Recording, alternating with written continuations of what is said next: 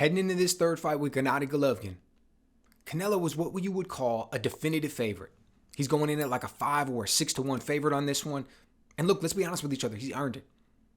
He won the second fight, in my opinion, and in the opinion of a lot of other people. Since then, he's gone on and done some great work. He went up to 168, unified the belts. Nobody had ever done that before. Moved up to 175, knocked out Kovalev.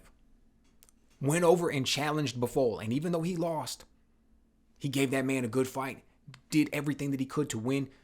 You got to tip your hat to him. Not many people are willing, especially cash cows of the whole entire sport, are not going to be willing to challenge themselves to that degree up at that weight class against a man that talented.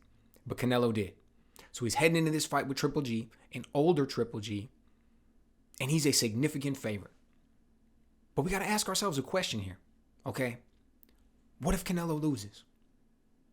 I know a lot of people think Canelo's going to win. I know that, like I just said, I know Canelo is a big favorite going into this one. But anybody who thinks that Triple G does not have a chance to come out with victories and being honest with themselves, the man's still a beast. Power is the last thing to go for a fighter.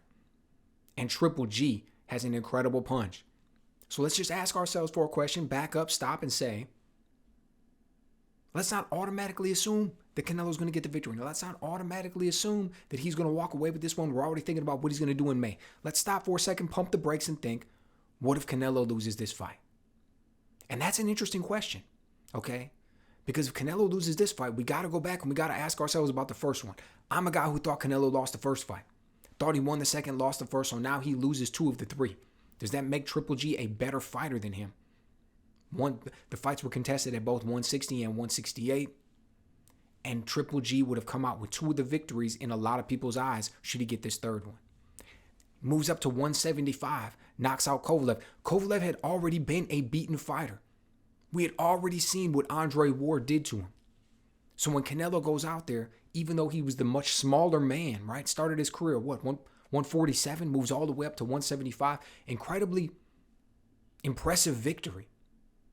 But Kovalev wasn't the boogeyman that he used to be, right? If we're being perfectly honest with each other, he wasn't the guy that he used to be after he had already been defeated by Andre Ward. So now we start to look at that a little bit more.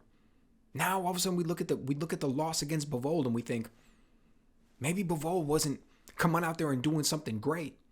Maybe there's this possibility that we were giving Canelo a little bit more credit than we should have been. Maybe there's this possibility that he had been getting a little bit of favorable nods by the judges. Maybe he had been getting a little bit of favorable matchups that were complementing his style a little bit. Maybe we got to go back and we start to have to evaluate things a little bit more. Right? Just think about this for a second. That one loss would all of a sudden cause people to go back and question all of these things. Now look, I'm not one of these people who wants to get ahead of myself. I'm not going to go back and question the man's whole resume just because he all of a sudden gets a loss here. I'm being perfectly honest when I think about what he's done in the sport, who he's beaten, what he's accomplished, and how impressive that is. And I don't think that first fight was a draw with Triple G. I think Triple G won it. And I think Canelo won the second one. Everything else, he did what he did. Lost the fight to Mayweather, got Kovalev after these other people beat him, unified the belts at 168. All of those things are incredibly impressive, right? Took the lineal middleweight title at 160. Man, he did all of those things, right? Nothing can change the past just because he may or may not go out and lose a fight in the future. But there's going to be a lot of people who question a lot of things should Canelo lose this fight. And you got to just think about it for a second. Ask yourself possibly, do you get caught up in the marketing train? Do you get caught up a little bit in the propaganda? Do you get caught up a little bit in all of the pomp and ceremony and the glitz and the glamour that get associated with a guy who is the cash cow of the sport?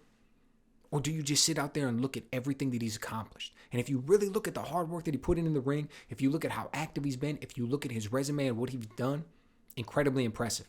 There's no loss in the future that could ever go back and change whatever's happened in the past. But you do have to think about it.